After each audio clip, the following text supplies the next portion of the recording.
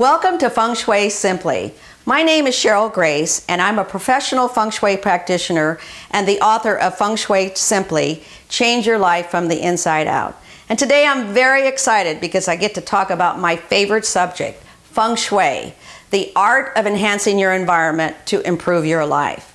It is a design science that was originated in China over 3,000 years ago.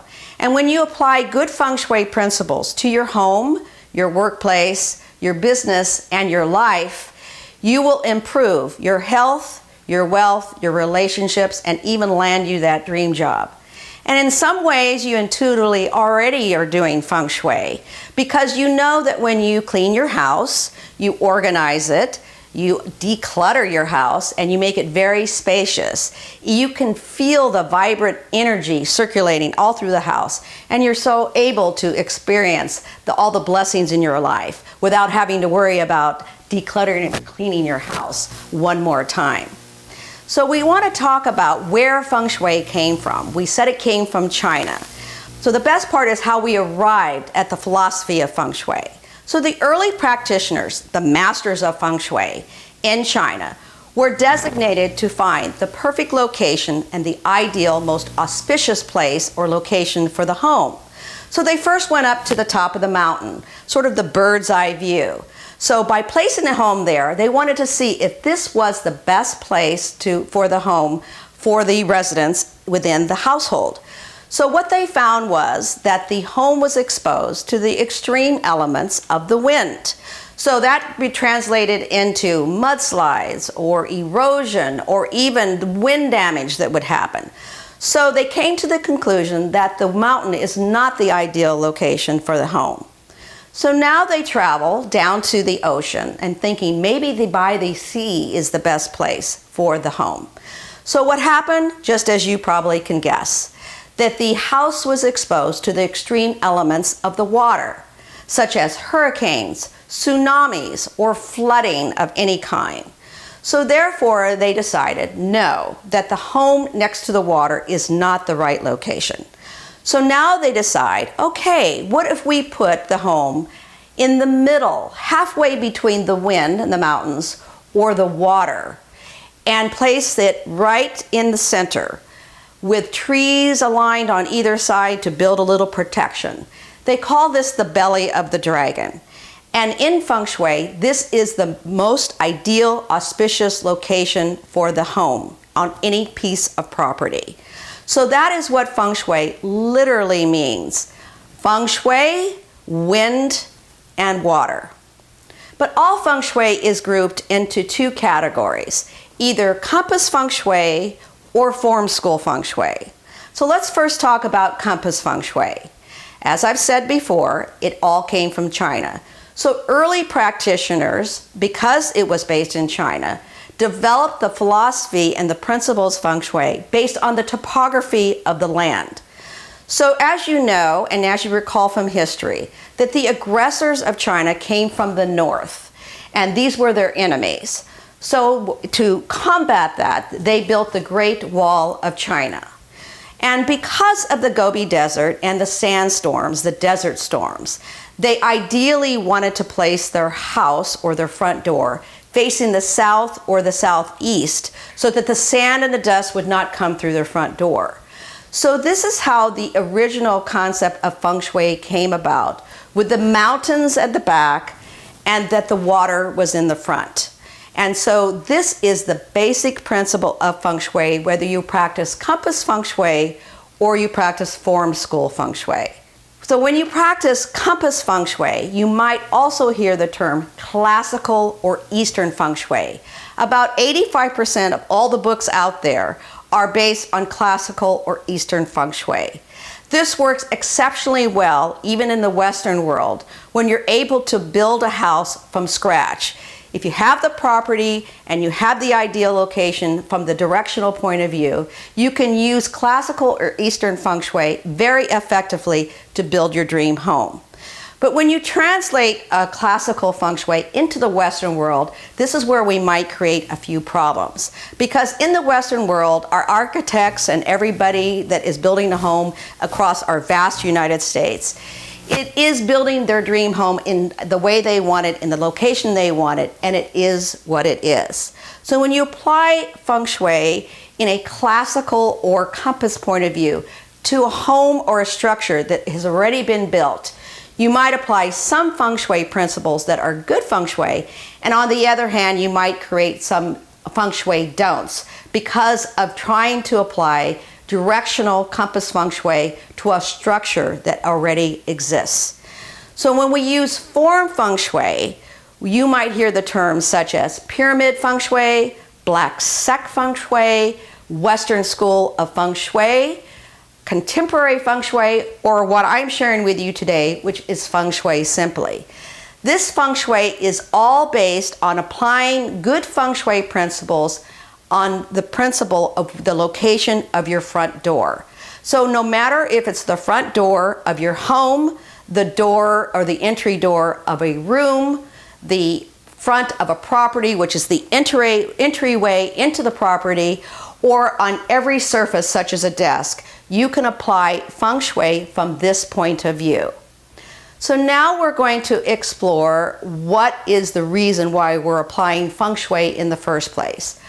Feng Shui is really always about improving the energy of your home and the energy of your life. It's all about energy. So let's talk about the 3 points of energy that is so important for us to understand the basis of Feng Shui. The first principle is everything is alive with energy.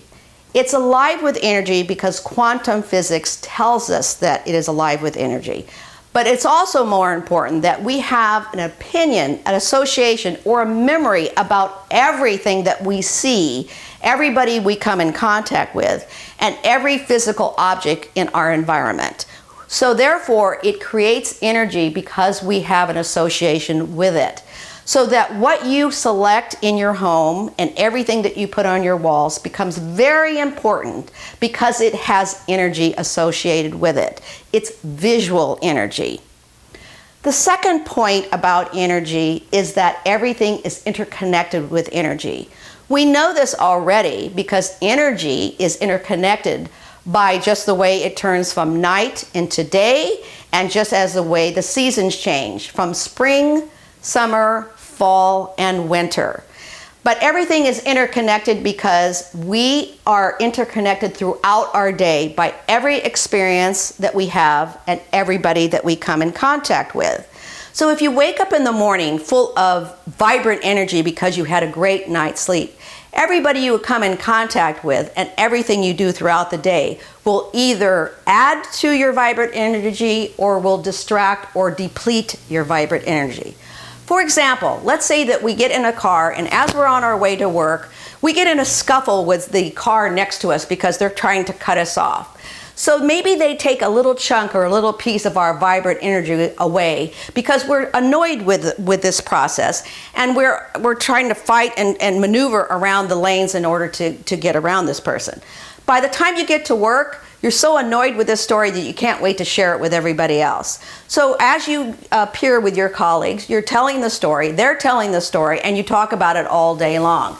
Again, chipping away at your vibrant energy. And by the end of the day, when you come home, you can't wait to tell the story once again with your family and friends.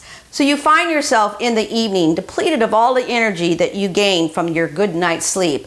And now you don't feel like doing anything or seeing anybody. This is because the energy of the day was interconnected with everybody and everything that happened throughout the day. The third principle of energy is that everything is always changing energy.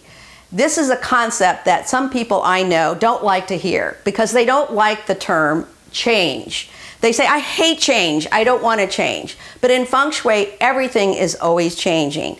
And how do we know this? Well, we know this because, again, night turns to day. When you watch the wave of an ocean, it comes onto the shore and it backs up. It's a sort of a yin and yang flow. It is the flow of energy going in and out. We also know this because we're getting a little older, we're getting a little better looking, and of course we have to adjust and grow with change. So Feng Shui becomes an important tool to cope with change because everything is alive with energy, everything is interconnected with energy, and everything is always changing with energy. So now we're going to talk about the 3 tools of Feng Shui that every practitioner uses in order to Feng Shui a home. And you at home can use the same tools in your own environment. The first tool is the Yin-Yang tool. This tool is like the symbol that you've probably seen many, many times. That is a round circle with one side black, one side white, and an asymmetrical line down the center. But if you notice in the Feng Shui yin-yang symbol, there is a little white dot in the black side and there's a little black dot in the white side because there's a little bit of each energy in both sides. So let's talk about the energy of yin and yang. The yin and yang energy of the dark side is the female side. It's passive energy. So it requires that this passive energy be a little bit darker in colors when you're using it in your home.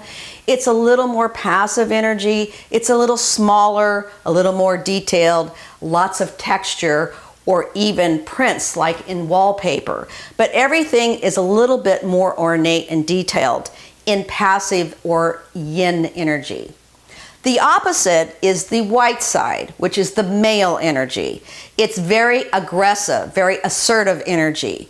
Therefore, it translates in your environment to grand vaulted ceilings, overstuffed furniture, big tables, big beds, a grand scale of floor plan, anything that is big, large, bright, and flat. What is it the opposite of yin energy, which, as I said, was very detailed and very ornate. So that's the yin-yang of the different types of elements of the energy of yin and yang. And of course, in the asymmetrical line is where we want to be, which is the place of harmony, or the neutral place is in the center. We don't want our homes to be all passive or dark or ornate or detailed, nor do we want all of our homes to be on the aggressive or the yang energy, where it's overstuffed and grand scale and very white and light and sunshine and overhead lighting that's so bright. We really want to complement our home halfway between yin and yang, somewhere in the asymmetrical middle, which is the balanced position or the mindset of harmony. So that's the yin-yang symbol. We can also use this yin-yang symbol in our life in the same way. We don't always want to be all aggressive with everybody, and we also don't always want to be all passive with everybody. We want to stay in the neutral positions, which is somewhere halfway between aggressive and passive.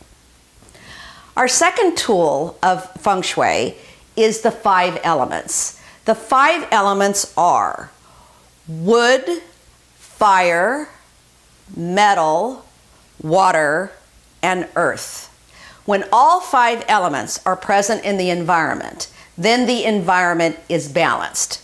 This particular tool is a little bit more difficult to understand because you really have to understand each element and how it is applied in the environment.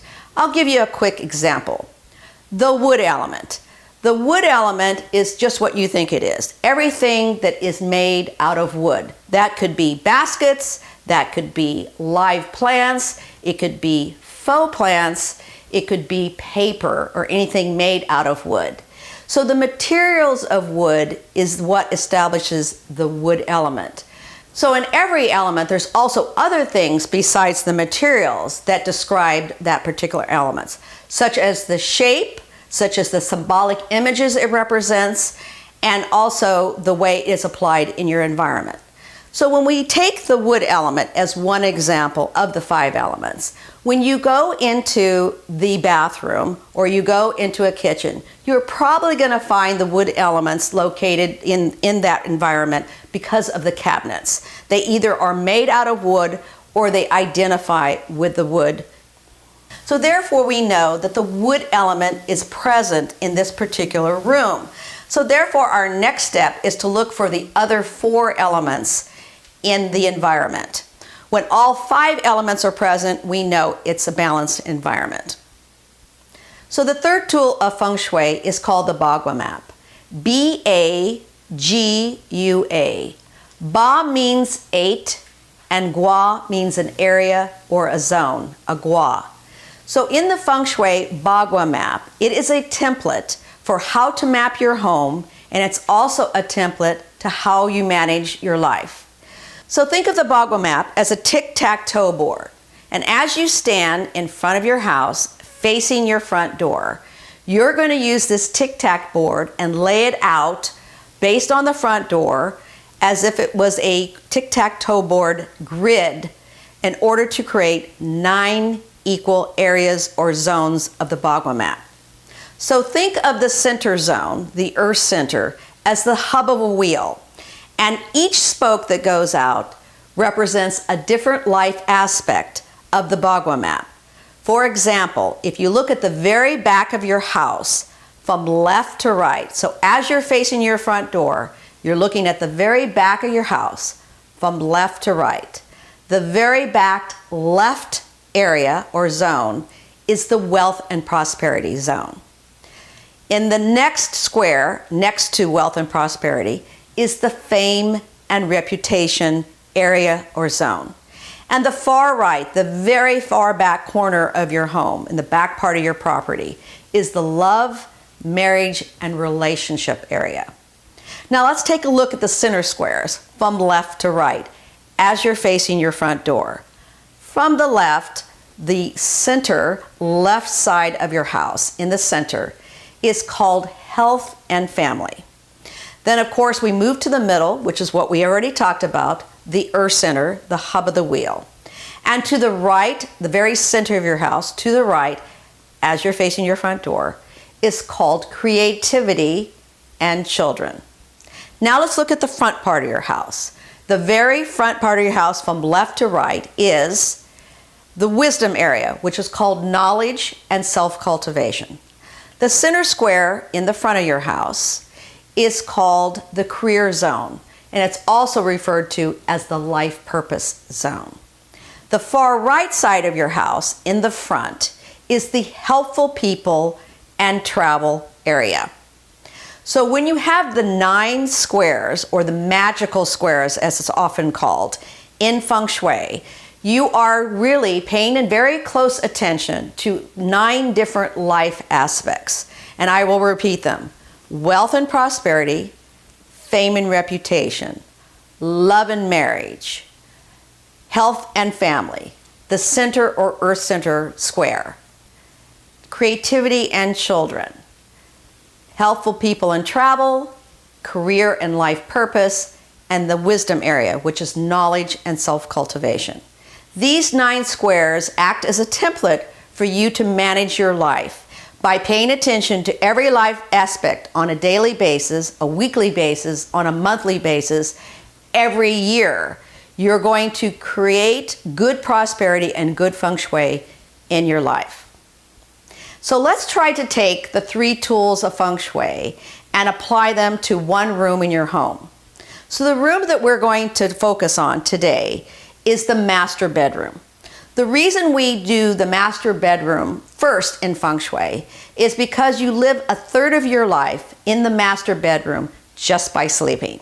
So it becomes the most important room of the home. So how do we get started with applying good Feng Shui to this particular room?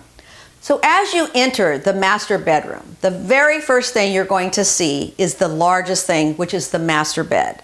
So there are some rules about the placement and location of your master bedroom, which I'm going to share with you now.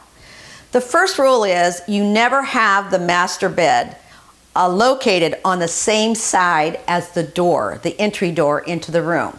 So if this is the entry door in your room, it's not going to be on the same side. This is because it creates an unequal relationship to the 2 people who might be sleeping in the bed. One person can enter the room and go directly to bed. The other person has to walk all the way around to the other side in order to get into bed. This, of course, is what I said, creates an unequal relationship. Sometimes you have no other choice but to place the master bed next to the same side as the door because the room, any other configuration wouldn't allow it. But I try to maintain that this is the most important rule for the placement of the bed. is not to be on the same side as the door. The second rule of placement for the master bed is to not have it be directly in front of the entry door into the master bedroom. This is because energy comes through the entry door of the master bedroom and sweeps over the top of you. So you do not want your master bed located directly in front of the door. So the third rule of Feng Shui in the master bedroom is, if you can, you do not want your master bed to be behind the headboard, to be behind a window, an open space. You really want it to be preferred to be behind a solid wall. This is very challenging because in Western architecture, a lot of times we have sliding glass doors, we have windows on multiple walls. It makes it almost very challenging and even sometimes impossible to find a location for the headboard of the bed to be on a solid wall. But as we said at the beginning of this seminar, when we talked about the mountain is in your back and the water or the action is in the front, we want the master headboard of the bed to be against a solid wall. So that would be the third application of the rules of where to place the bed. Now, once the bed is in a position, whether it's behind a window or not, but we want to make sure it's not in front of the door and it's not on the same side as the door. Now we can start to place the other types of furniture in and around the bed. Of course, what we want is to have two end tables, one end table on either side. This is because, again, we're trying to foster pairs and relationship and connections. For single women especially, we don't want to place only one nightstand next to the bed because it really just anchors more of the same, being single. If you're looking for a relationship, you want to have two nightstands, one on either side. So each partner in the relationship has their own particular nightstand. And of course, you want to have lamps on either side. When you're choosing end tables, they certainly don't have to be identical. However, I'm kind of a stickler that these end tables are at least the same color, the same type of wood, and approximately the same weight or the same shape to each other. You don't want to end up with one nightstand having drawers and being flushed all the way to the ground, while the other one is some simple round table with legs. You want them to have about the same weight on either side. And when you're selecting lamps, make sure that those lamps are tall enough so that you can also be able to read while you're in bed. That means that lamps want to be at least 18 to 20 inches in height, from the base of the end table all the way to the bottom of the lampshade. And of course, when you're selecting lampshades, you really want to have a triangle or coulis shaped lampshade so that you're able to have the light flush down towards the bed for the purpose of reading and relaxation. Now that we have our bed in its placement, we have end tables on either side, and we have our lamps in place. Now we can place the rest of the furniture around the bedroom. So one object that you might have in your bedroom is a dresser, but there are some do's and don'ts about the dresser. For the dresser, you do not want to include the mirror that typically comes with a dresser. That means that mirrors are considered bad feng shui in the bedroom because they're active energy. And what we're trying to accomplish in the master bedroom is passive energy, lower light, calmer environment, more ornate and quiet energy so that we can get a good night's rest. When you have active energy in your bedroom, it is awake energy. And I'm going to talk now about what awake energy is. Awake energy comes from a very aggressive, very assertive male energy, which is the light part of the yang energy. What we don't want to have is anything that activates our energy when we're trying to get a good night's sleep. And this might include things that would be a call to action. Let me give you an example. We do not want to have things that keep us awake, such as television sets, music, lots and lots of books that you might want to consider reading. Anything that has to do with office equipment or a call to action to get up and pay bills or to get back to work, like a computer. We certainly don't want exercise equipment in your bedroom because, again, it's basically giving you a call to action. Get up out of bed and let's go in and start working on the treadmill. You don't want to have any kind of active energy, as I already stated, mirrors or anything like crystals or anything that would keep you awake. So all of these things that I have just mentioned are considered yang energy, and therefore it's active energy. So you want to minimize all of those yang activities, and in most cases you want to eliminate them completely. I do want to mention one more yang energy that I'm sure several of you are going to have a little issue with me about, and that's pets in the bedroom.